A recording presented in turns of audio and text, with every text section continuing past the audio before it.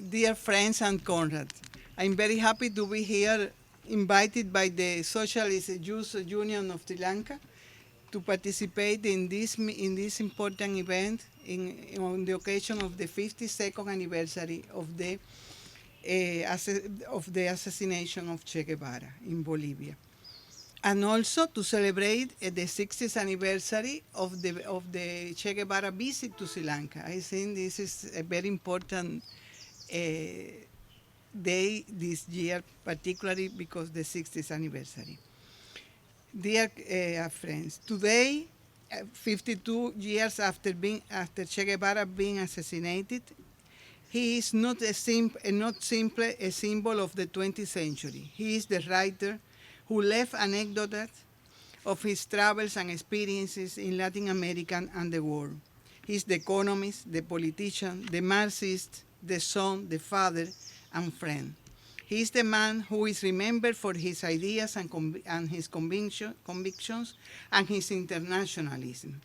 The man to whom his followers have dedicated countless songs and poems. Today we will receive with one of them. On October 18, 1967, the leader of the Cuban Revolution, Fidel Castro, said, as you know, between Che Guevara and Fidel Castro was a very special and strong friendship. Despite what the imperialists said, it's not really, they were real friends.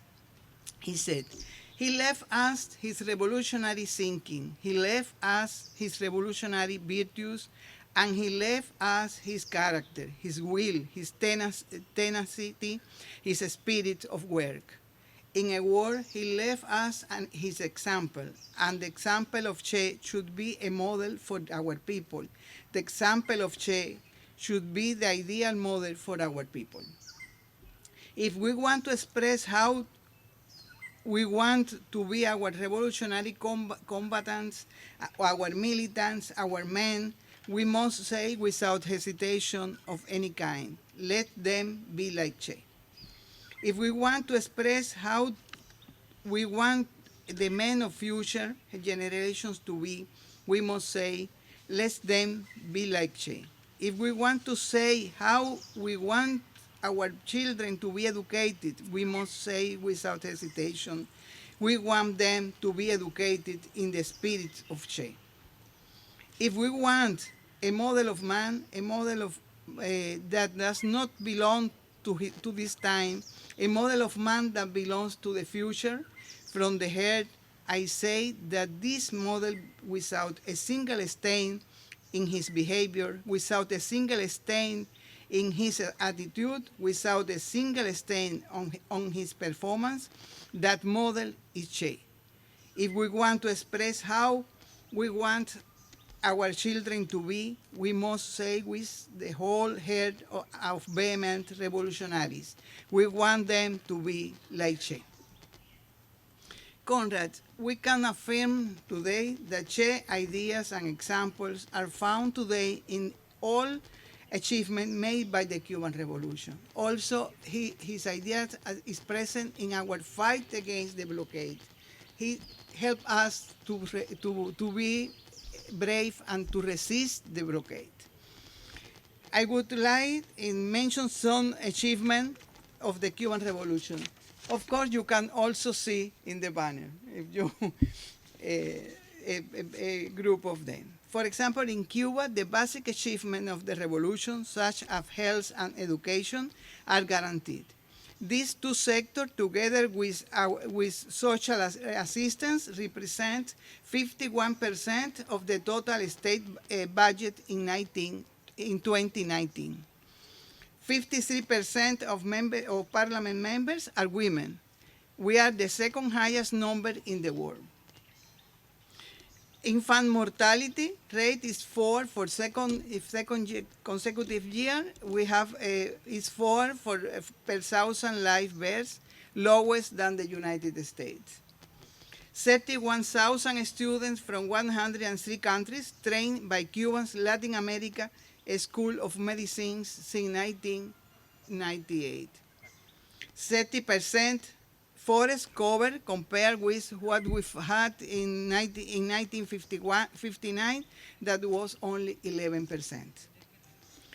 400,000 Cuban medical professionals have worked in 165 countries since 1960. You know that this is one of the, now that Americans and the government of America are fighting and try to discredit our solidarity with other countries in medicines, informing and creating liars, many liars, arguments against our cooperation with our friends countries.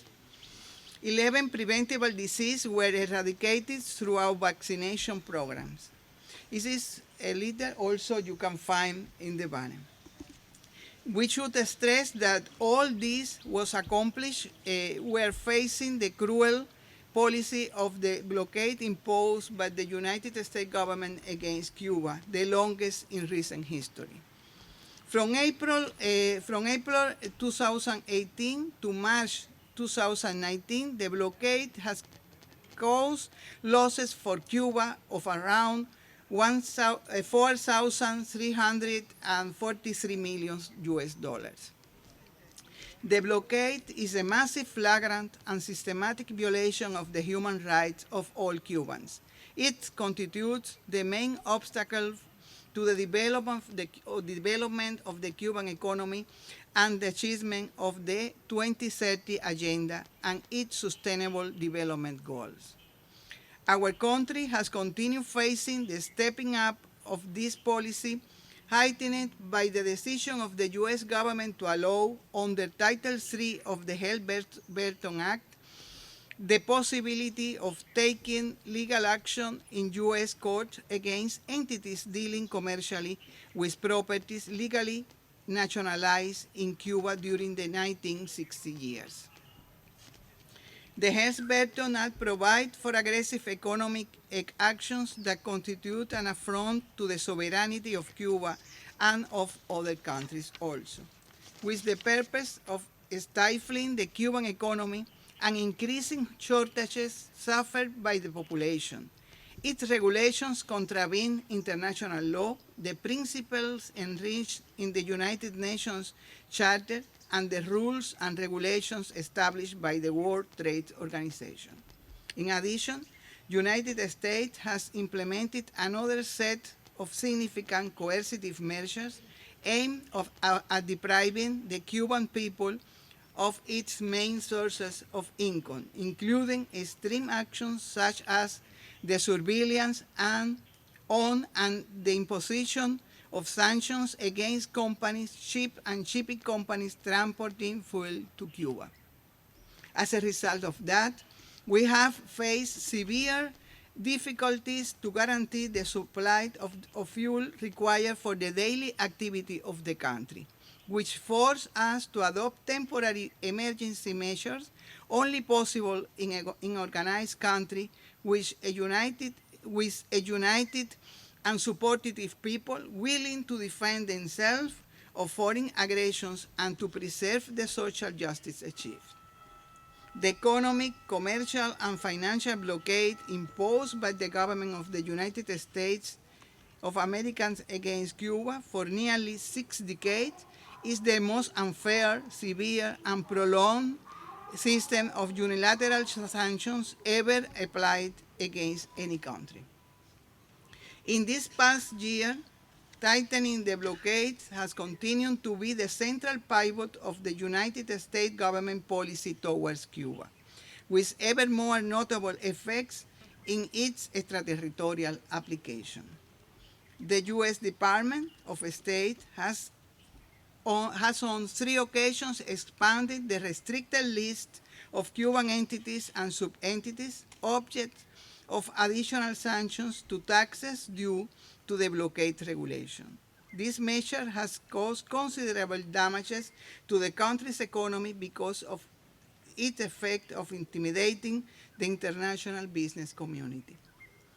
All of these actions were made by the deliberate and declared objective of causing economic harm and depriving Cuba of financial resources. The behavior of the current United States government is an insult to the international community, which for 27 consecutive years condemned the blockade against Cuba within the framework of the the Nations. It ignores successive revolutions by resolutions by the United Nations General Assembly and the declaration of the head of a state or government of the European Union, Latin American, and the Caribbean, the African Union, the Community of Latin American and the Caribbean, CELAC, the Group of 77 plus China, and the Not Alive movement, among other organizations that have demanded an end to the blockade of Cuba. The United States must, without any condition whatsoever, put an end to the unfair blockade which for nearly 60 years has been causing suffering for the Cuban people.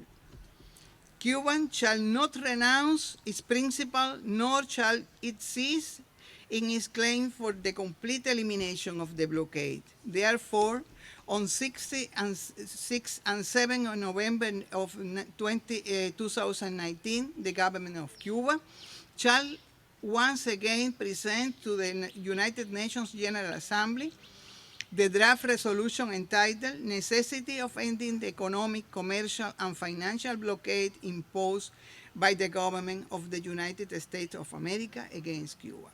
Cuba reiterates its permanent thanks to the international community for demanding the end of this illegal, genocidal, and extraterritorial policy.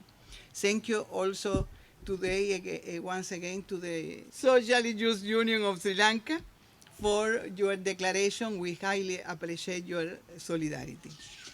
This year, okay, Conrad, I also want to say that this year is very special because diplomatic relations between Cuba and Sri Lanka arrived to the 60th anniversary.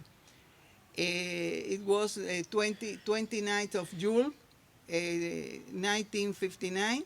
Cuba and Sri Lanka established diplomatic relations, the first of the Asian to recognize the Cuban Revolution.